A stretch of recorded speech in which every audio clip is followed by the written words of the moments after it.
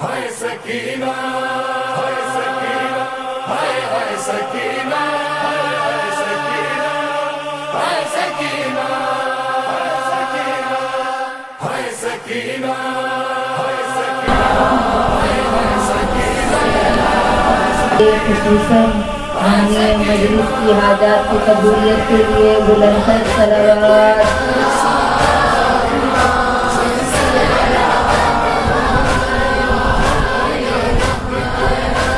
اپنے اپنے گناہوں کی بخشش کے لیے بلند تر صلوات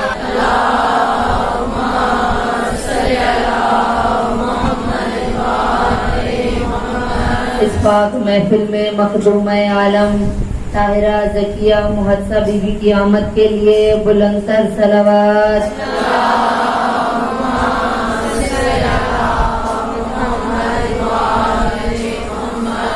تاجیل یوسف زہرا بلند تر صلوات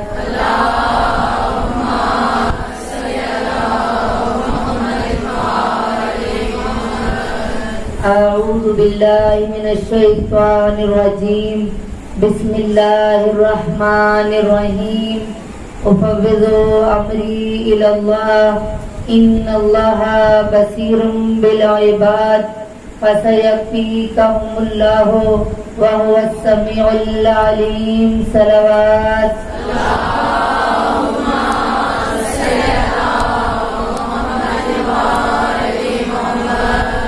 بسم اللہ الرحمن الرحیم الحمد للہ الذی لا یبلغ مدحتہ القائلون ولا یحصی نعماءہ العادون ولا يؤدي حقه المجتهدون الذي ليس لصفوته حد محدود ولا نعت ممدود فطر الخلائق بقدرته ونشر الرياح برحمته ثم الصلاة والسلام على أشرف الأنبياء والمرسلين وخاتم النبيين أبي القاسم محمد اللهم صل على محمد وآل محمد وآله الطيبين الطاهرين المعصومين المظلومين سيما بقية الله في الأرضين صاحب العصر والزمان وخليفة الرحمن امام الانس والجان اللهم عجل وليك الفرج صلوات اللهم صل على محمد وآل محمد اما بعد فقد قال تبارك وتعالى في كتابه المجيد والفرقانه الحميد وقوله الحق وهو أصدق الصادقين بسم الله الرحمن الرحيم هل يستوي الذين والذين لا يعلمون صلوات اللهم صل على محمد وآل محمد السلام عليك يا أبا عبد الله الحسين وعلى الأرواح التي حلت بفنائك علیکم منی جمیعا سلام اللہ ابدا ما بقیت وبقی اللیل والنہار ولا جعلہ اللہ آخر العہد منی لزیارتکم سب اپنا سلام مظلوم کربلا سید الشہداء کی خدمت میں پیش کریں اس عقیدت محبت اور احترام کے ساتھ کہ جس طرح کے ہم بین الحرمین میں کھڑے ہو کر اپنا سلام پیش کر رہے ہیں اور مولا سے اس چیز پر طلب کریں کہ مولا اس سال 40 پر ہم یہاں تڑپتے ہوئے رہ گئے. بہت سے دل ہیں کہ جو 40 کے لیے مشتاق تھے کہ ہم زیارت امام حسین کر سکیں, لیکن کوئی نہ کوئی مشکل پیش آ گئی جس کی وجہ سے نہیں جا سکے. انشاءاللہ کہ سب مل کر یہی سلام مولا کی بارگاہ میں بین الحرمین میں پیش کریں, اپنے ہاتھوں کو اپنے سینے پر لے کر میرے ساتھ مل کر سلام پیش کریں.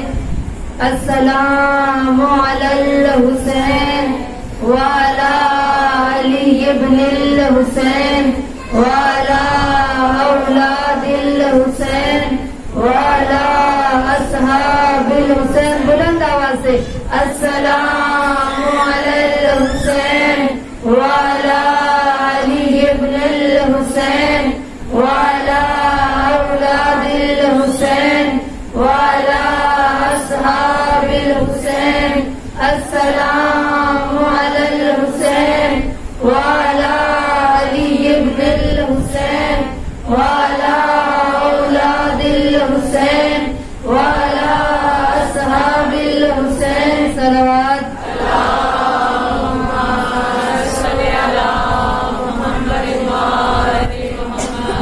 ذرا ہاتھوں کو بلند کریں اور چونکہ آخر میں دعا نہیں منگوائیں گے چونکہ تابوت شہزادی حضرت سکینہ سلام اللہ علیہ اٹھنا ہے تو اس لیے ذرا ہاتھوں کو بلند کریں اور دعا مانگے. سب سے پہلے یا بار اللہ تجھے واسطہ محمد آل محمد کا محمد عمار کو یا بار اللہ خیریت کے ساتھ اس کو صاحب اولاد فرما.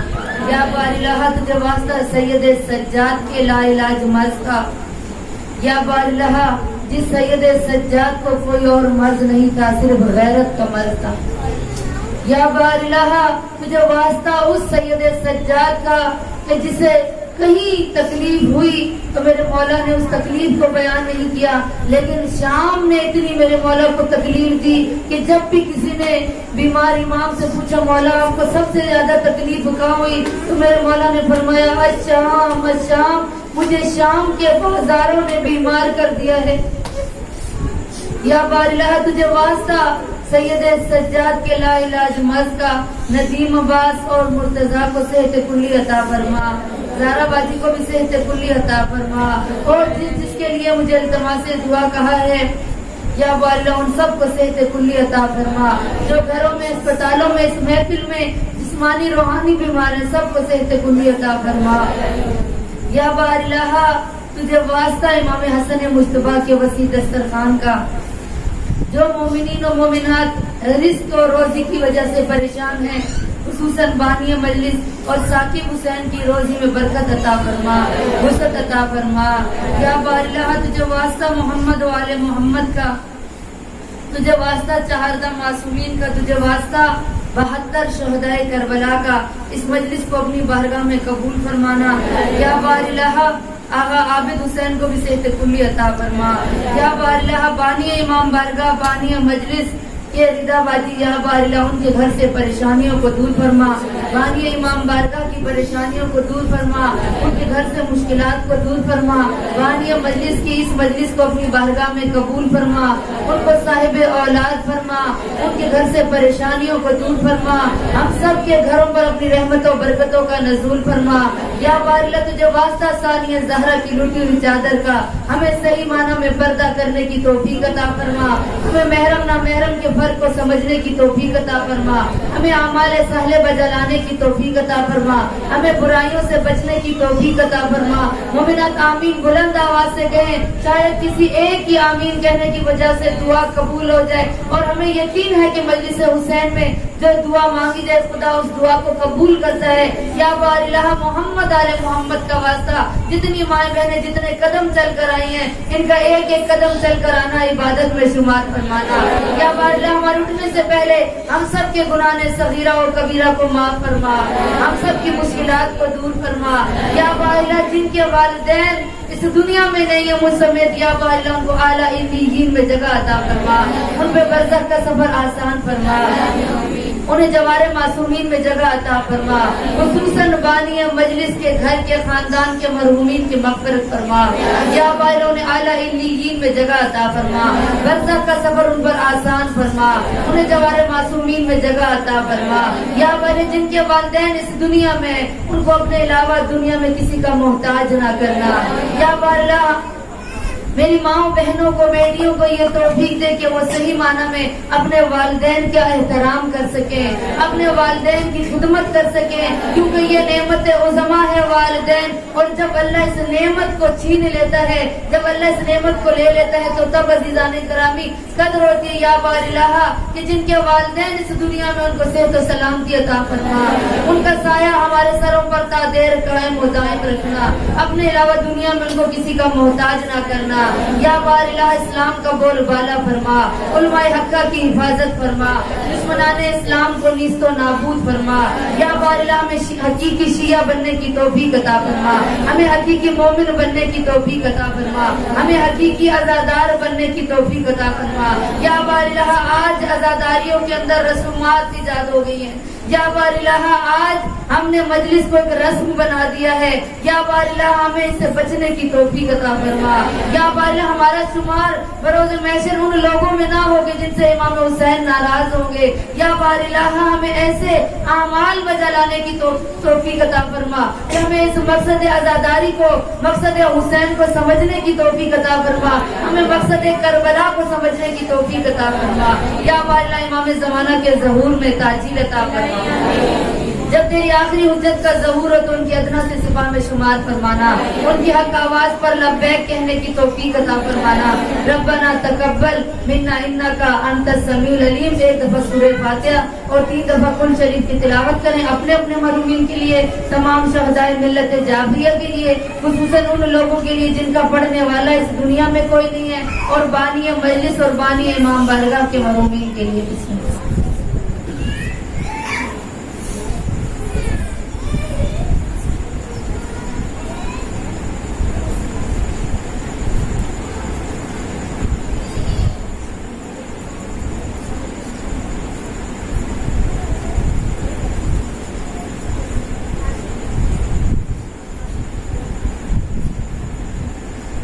خاندان زہرا پر بلندتر صلوات۔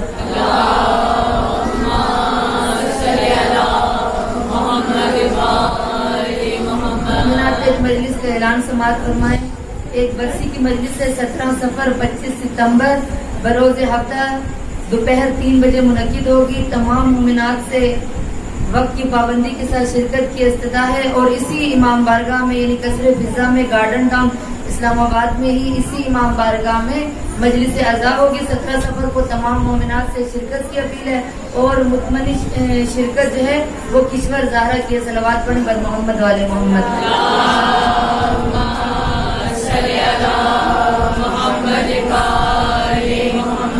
نعرہ تکبیر، نعرہ تکبیر، نعرہ رسالت، نعرہ رسالت، نعرہ حیدری، حیدری، حیدری، کی جان علی ہے نعرہ حیدری، کی پہچان علی ہے نعرہ حیدری، کا ایمان علی ہے نعرہ حیدری، کا یہ عقیدہ ہے کہ علی کا نام لینے سے ختم قرآن کا ثواب ملتا ہے۔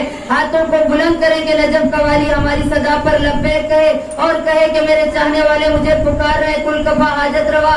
ان نما کو پکارنا ہے جس نے نبیوں کی مدد کی، ولیوں کی مدد کی، ہر بندہ مومن کی مدد کرنے والا، ہر عاصی و گنہگار کی مدد کرنے والا، بیمار مائیں، بیمار بہنیں اپنی بیماریوں کو اپنے ذہنوں میں رکھتے ہوئے، حاجات والی مائیں بہنیں اپنی حاجات کو ذہنوں میں رکھتے ہوئے حلال مشکلات کو پکارنا ہے کہ جب قوالی ہماری صدا پر لبیک کہے اور کہے کہ میرے چاہنے والے مجھے پکار رہے ہیں۔ نعرہ حیدری، حیدری، حیدری، حیدری، محمد والے محمد صلوات۔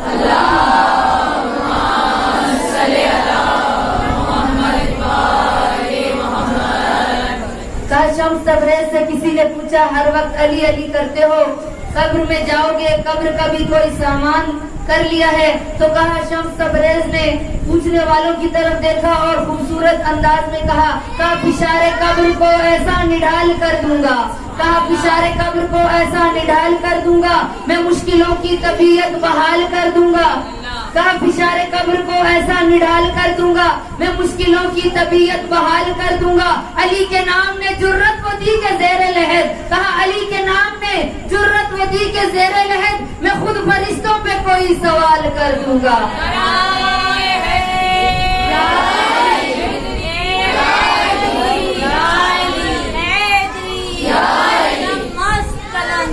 علی علی زہرا کے شوہر، علی علی داماد پیغمبر، علی علی حسنین کے بابا، علی علی ذرا عرش پہ دیکھو، علی علی ذرا فرش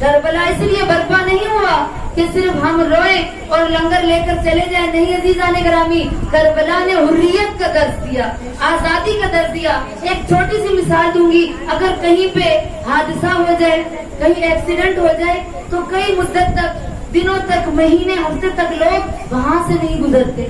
کیوں؟ کہتے یہاں پر حادثہ ہوا تھا۔ لوگ اس جگہ کو یاد رکھتے ہیں، کیوں؟ کیونکہ وہاں پر کوئی حادثہ ہوا تھا۔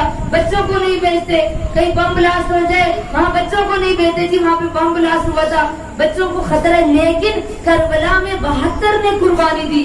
ایک جگہ اگر کوئی مر جائے، شہید ہو جائے، لوگ کتنا اس پر تڑپ تڑپ کر روتے ہیں۔ جہاں 72 نے اپنے پاک خون سے کربلا کو رنگین کیا ہو، وہ کربلا صرف رونے کا درس نہیں دیتا کہ ہم اس 2 مہینے روئے اور چلے جائیں، بلکہ ہم نے یہاں سے حریت کا درس لینا ہے۔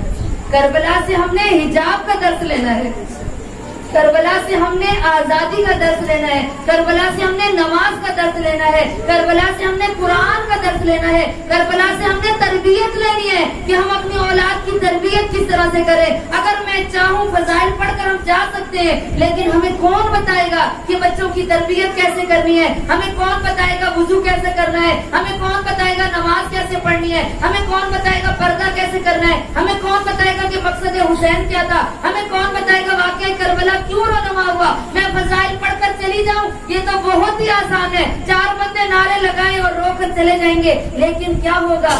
ہمیں کوئی بھی بتانے والا جب نہیں ہوگا۔ ہر مومنہ کتاب عزیزان گرامی نہیں کھول سکتی۔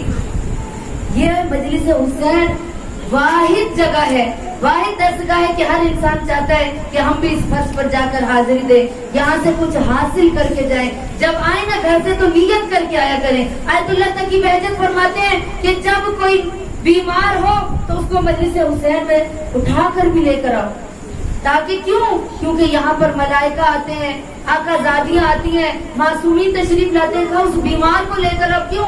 کہا اس لیے کہ جب اس جگہ پر وہ بلند بلند سانس لے گا تو کیا ہوگا؟ اہل بیت بھی اس جگہ پر سانس لے رہے ہیں تو ان کی بیماریاں دور ہو جائیں گی اور ان کی ہماری روحانی بیماریاں ہم سے دور ہو جائیں گی۔ کہا بیماروں کو مجلس حسین میں لے کر آؤ۔ عزیزان گرامی، یہ مجلس حسین ایک درس ہے، ہم نے کچھ لے کے اٹھنا ہے۔ جب گھروں سے نکلے ایک نیت کریں کہ ہم نے آج یہ دعا قبول کروانی ہے، اپنا آقا زادی کے آگے آرزو پیش کرنی ہے، اپنی تمنا کو بی بی کے سامنے پیش کرنا ہے کہ ہم نے بی بی آپ سے یہ چیز طلب کرنی ہے، اے میری آقا زادی ہمیں آپ اپنی معرفت عطا کریں۔ یاد رکھیں معرفت بہت ضروری ہے، کیونکہ اب معرفت کی بات آ گئی۔ کہا معرفت ضروری ہے، کیوں؟ کیونکہ کربلا میں لوگ تھے، اگر ہم زیارت کے لیے تڑپ رہے ہیں تو لیکن اگر ہم زری کو ہاتھ لگا کر واپس آ جائیں، وہاں جا کر نماز نہ پڑھیں، وہاں جا کر روزہ نہ رکھیں، وہاں جا کر اپنے پردے کو نہ دیکھیں، نہ محرموں سے تعلق رکھیں، تو وہ کیا ہوا؟ ہم نے زری کو ہاتھ تو لگا لیا لیکن معرفت حاصل نہیں کی۔ معرفت عزیزان گرامی بہت ضروری ہے۔ اب شمر نے ایک وقت کے امام کا قاتل بن گیا، یزید ایک وقت کے امام، بسر سعد ایک وقت کے امام کا قاتل بن گیا۔ کیوں بن گئے؟ کیونکہ معرفت نہیں رکھتے تھے کہ یہ وقت کے امام ہیں، معرفت نہیں رکھتے تھے کہ یہ شفاعت کروانے والی ہستی ہیں۔ عزیزان گرامی، مجلس حسین میں آ کر سب سے پہلے خدا کے وجود کی معرفت مانگے، اس کے بعد معرفت حسین مانگے، معرفت کربلا مانگے، معرفت ثانی زہرا مانگے۔ یہ سب سے پہلے چیزیں ضروری ہے۔ اگر معرفت نہ ہوئی ہم بھی اپنے وقت کے امام کو بھی پہچاننے سے انکار کر دیں۔ اے ہماری درسگاہ کربلا کربلا، اے ہماری درسگاہ کربلا کربلا، حق کا سیدھا راستہ، کربلا کربلا، حق کا سیدھا راستہ، کربلا کربلا، سعادتوں کا راستہ، کربلا کربلا، نائے حیدری، حیدری، علی اولاد علی، بلندر صلوات،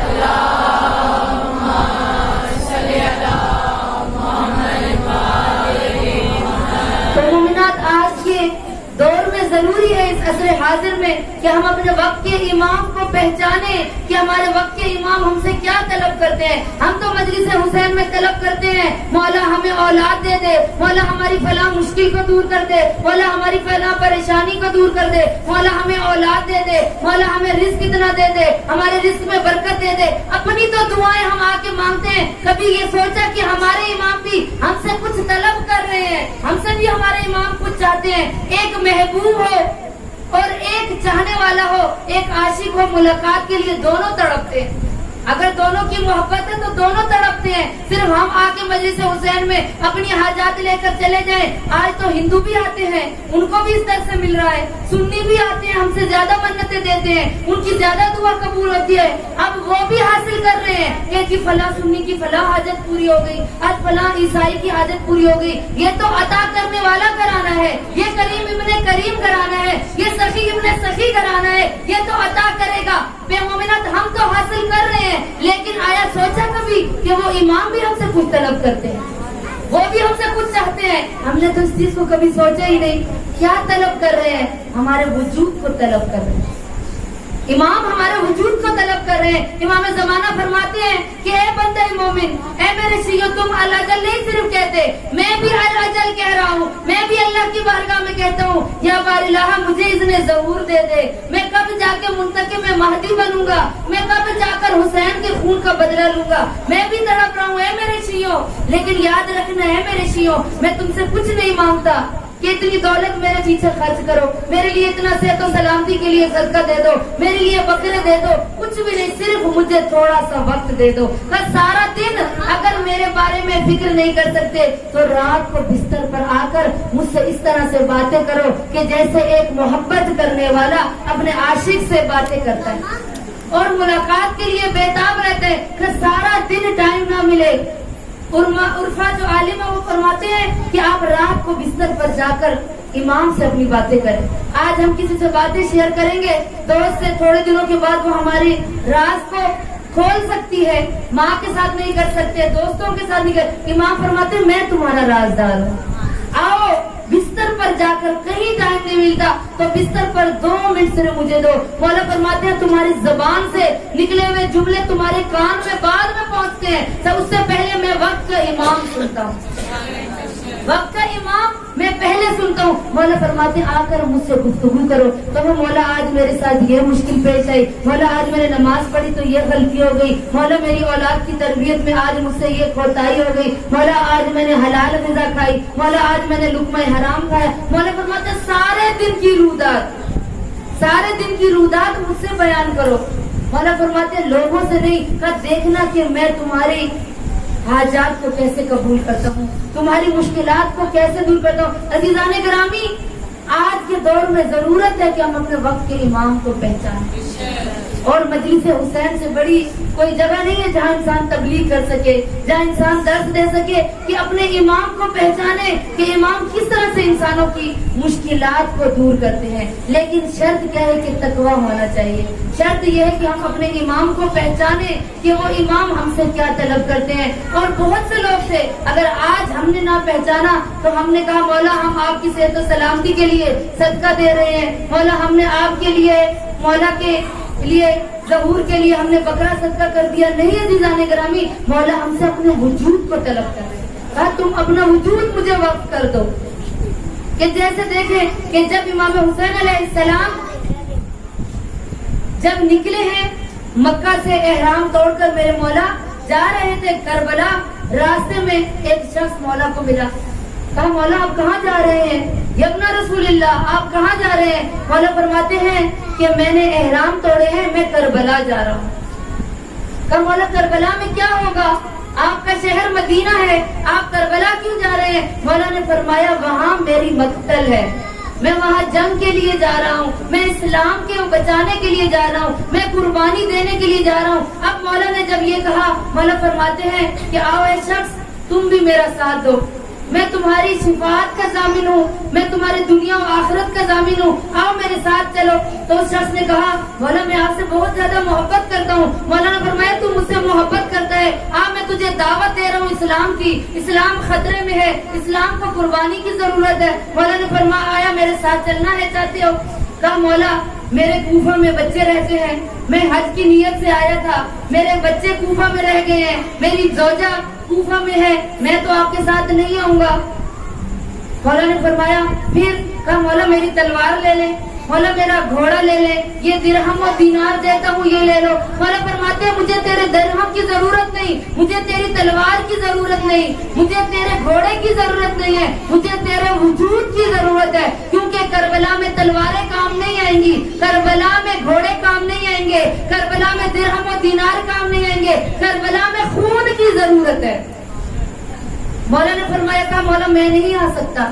ابھی تھوڑی دیر پہلے مولا نے فرمایا تو میری محبت کا دعویٰ کر رہا تھا، انکار کر دیا مولا کے ساتھ جانے سے۔ عزیزان گرامی، اس وقت کے لوگوں نے امام کا ساتھ نہیں دیا تھا، خود خط لکھ کر بلایا تھا، ایسا نہ ہو ہم بھی الاجل کہہ رہے ہو، لیکن ہمارا کردار ان کوفیوں کی طرح ہو کہ انہوں نے مولا کو خود خط لکھ کر بلایا اور بعد میں مولا کے قاتل بن گئے۔ آج ہم بھی اپنی زبان سے الاجل کہہ رہے ہیں، امام سے محبت کا دعویٰ کرتے ہیں، ہمارا کردار ان کوفیوں کی طرح تو نہیں کہ ہم زبان سے الاجل تو کہیں مولا کو بلا رہے ہو، لیکن مولا کے آنے کے لیے زمینہ سازی نہ کی ہو، مولا کے آنے کے لیے راستے کو ہموار نہ کیا ہو۔ مولا کے آنے کے لیے عزیزان گرامی ضروری ہے کہ اس ذات کو پہلے پہچانے، پھر اپنے وجود کو مولا کے لیے وقف کر دیں، بہت ضروری ہے۔ آج اولاد جو اللہ نے ہمیں دی ہے، نعمت دی ہے، اور یاد رکھے میری مائیں بہنیں، ان نعمتوں کے بارے میں بروز محشر اللہ سوال کرے گا، تو نے مجھ سے بیٹا مانگا، میں نے تجھے نعمت دی، تو نے رحمت مانگی، میں نے تجھے بیٹی عطا کی، بتا ان کی تربیت کیسی کی تھی۔ آج مائیں خصوصاً، میں قسم شرعی اٹھا کے کہہ سکتی ہوں کہ مائیں خود کہتی ہیں کہ ہماری بیٹی پردہ کرتی ہے۔ ایک کتاب ہے حقیقی اسلام اور تخلیقی اسلام، اس کتاب میں یہ واقعہ میں پڑھ رہی تھی کہ ایک خاتون جو ملتان کی رہنے والی تھی، اس عالم نے اس واقعے کو نقل کیا اور کہا کہ وہ ایک عالم کے پاس تعویذ لینے کے لیے گئے۔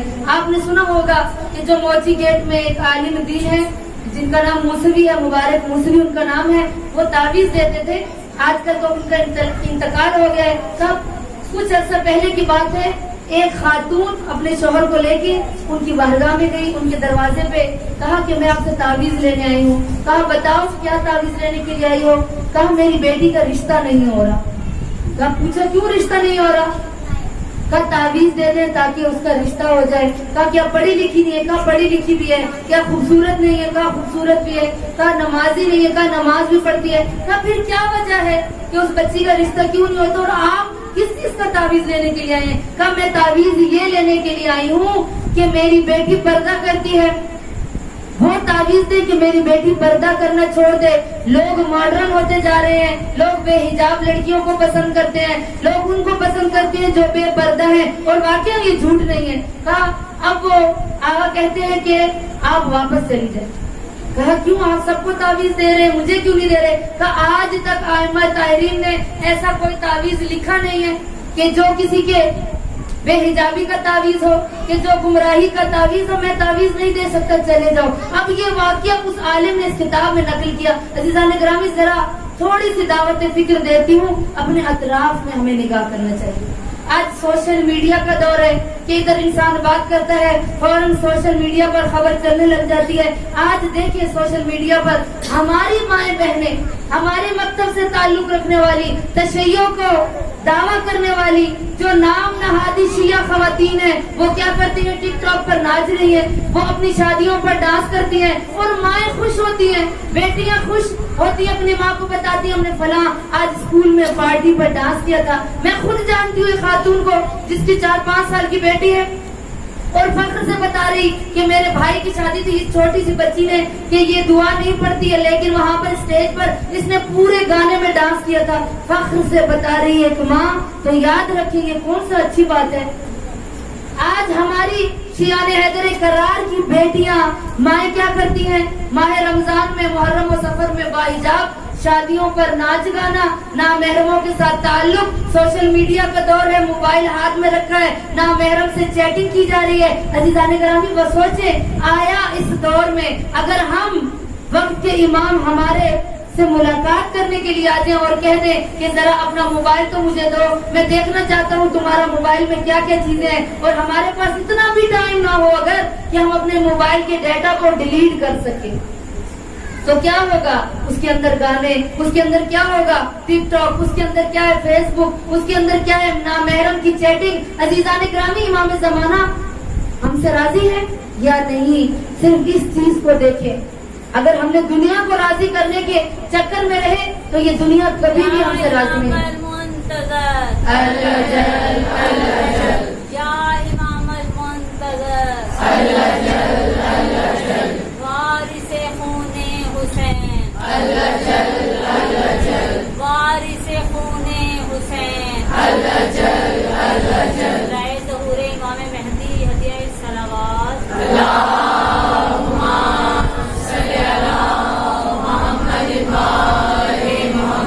تو عزیزان گرامی، وقت کے امام ہم سے بہت زیادہ محبت کرتے ہیں اور کہتے ہیں میری شیعوں میں بھی تم لوگوں کے ملاقات کے لیے تڑپ رہا ہوں۔ ایک ایسا ہی واقعہ کہ امام زمانہ کہا نا جب امام کا ظہور ہوگا تو ہر بندہ کہے گا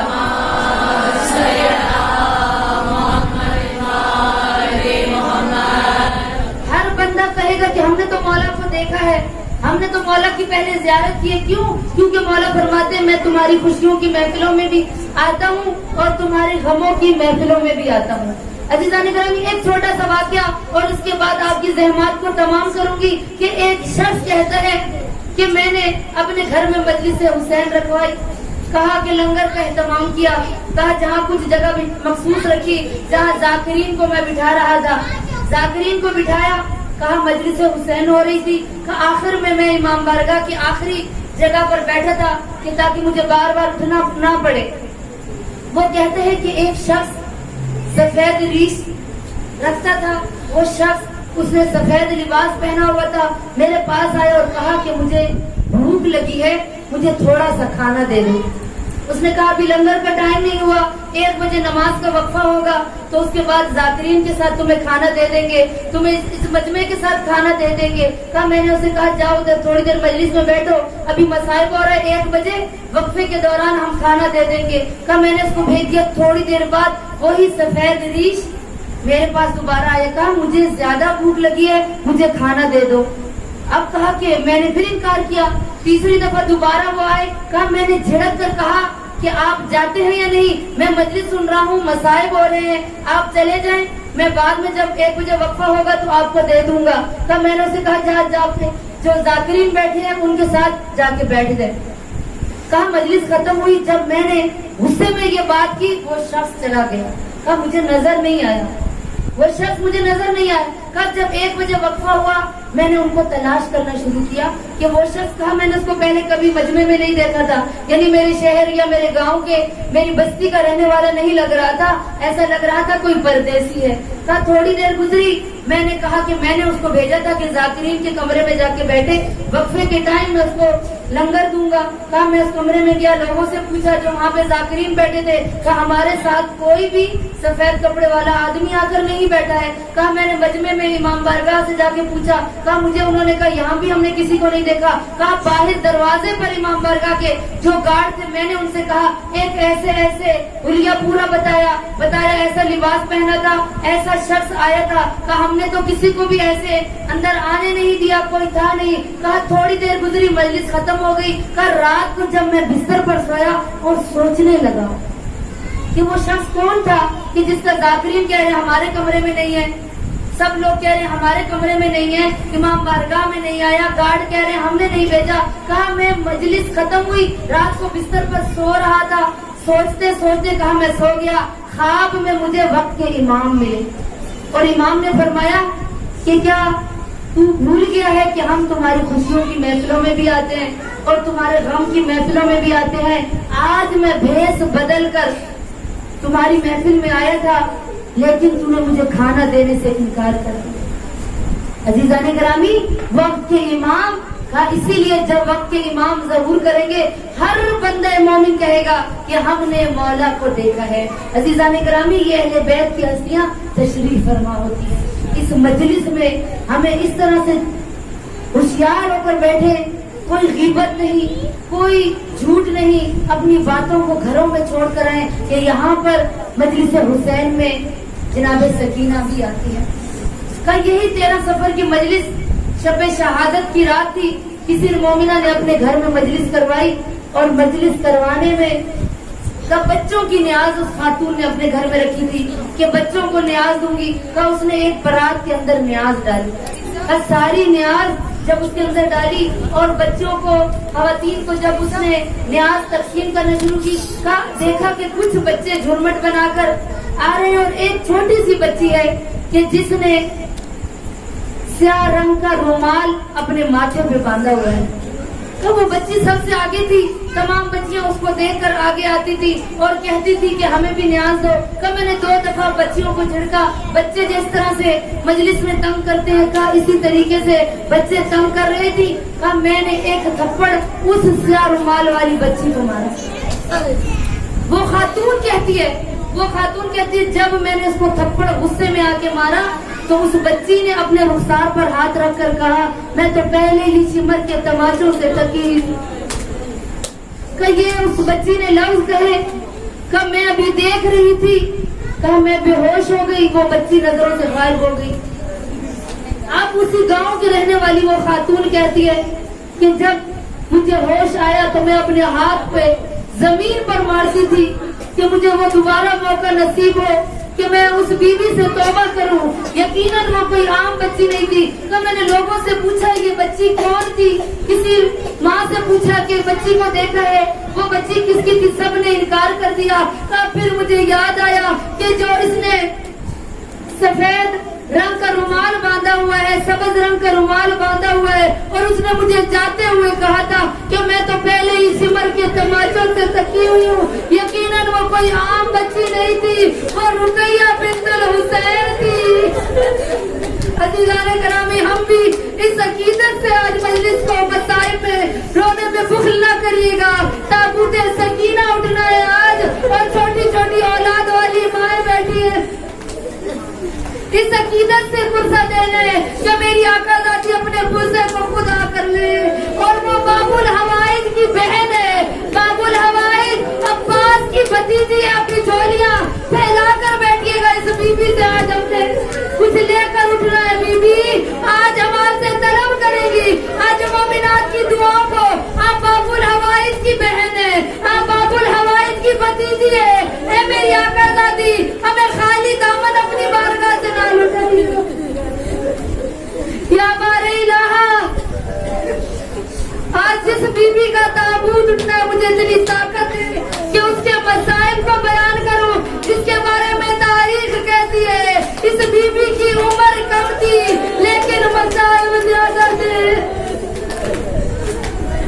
کہ جب تک زندہ رہی سکینہ نہ رونے سے گھبراتی تھی، کیونکہ جب بھی سکینہ روتی تھی سمر تازیانہ لے کے آگے بڑھتا تھا۔ ریحانۃ الکربلا کتاب میں موجود ہے، لکھنے والے نے یہ جملے لکھے ہیں کہ سکینہ شمر کے تماچوں سے اتنی ڈری تھی کہ جب بھی سید سجاد کے قریب آتی تھی تو کہتی تھی بھیا سجاد کا جب میں اس دنیا سے چلی جاؤں نا تو میری قبر کا نشان مٹا دینا۔ سید سجاد کہتے تھے سکینہ ایسی باتیں نہ کر، اور جب سے ہم نکلے نا کربلا سے، اور کربلا سے کوفہ، اور کوفہ سے لے کے شام تک تاریخ کہتی ہے سید سجاد کو اور جہاں بھی پڑاؤ ملتا تھا یہ لوین خود چھاؤں میں بیٹھتے تھے، سادات کے قافلے کو دھوپ میں بیٹھاتے تھے۔ اللہ تعالیٰ